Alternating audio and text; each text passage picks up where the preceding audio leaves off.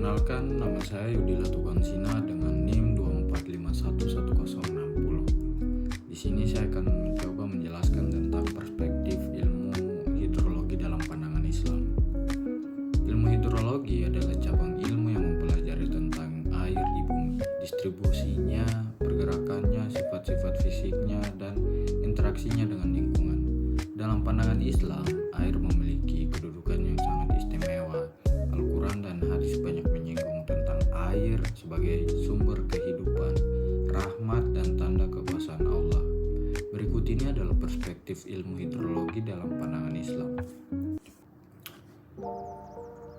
1. Air sebagai kehidupan manusia. Islam menegaskan bahwa air adalah elemen dasar kehidupan. Hal ini sejalan dengan prinsip utama dalam hidrologi bahwa air adalah kunci ekosistem dan kehidupan di bumi. Terdapat dalam Quran surat Al-Anbiya ayat 30, dan kami jadikan dari air segala sesuatu yang hidup. 2.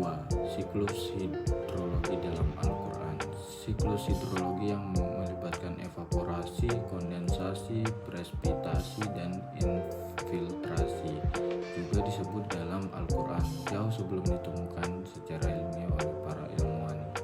Terdapat dalam Quran surah Al-A'raf ayat 57. Dialah yang meniupkan angin sebagai pembawa kabar gembira mendahului rahmatnya.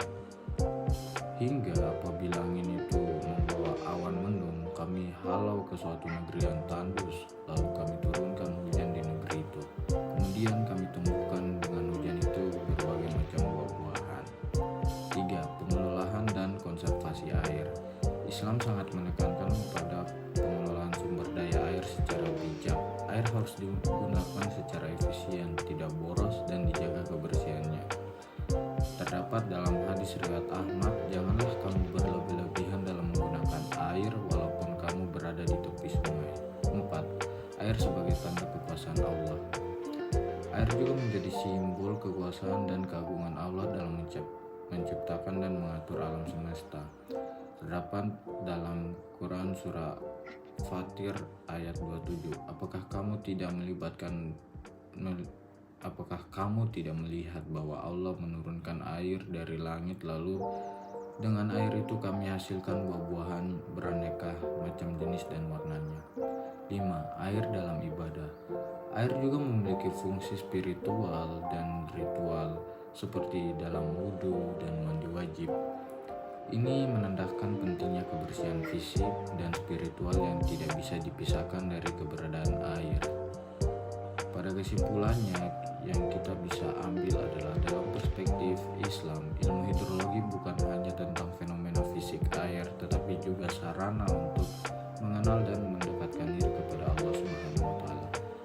Air dipandang sebagai anugerah ilahi yang harus disyukuri, dijaga, dan dimanfaatkan dengan bijak.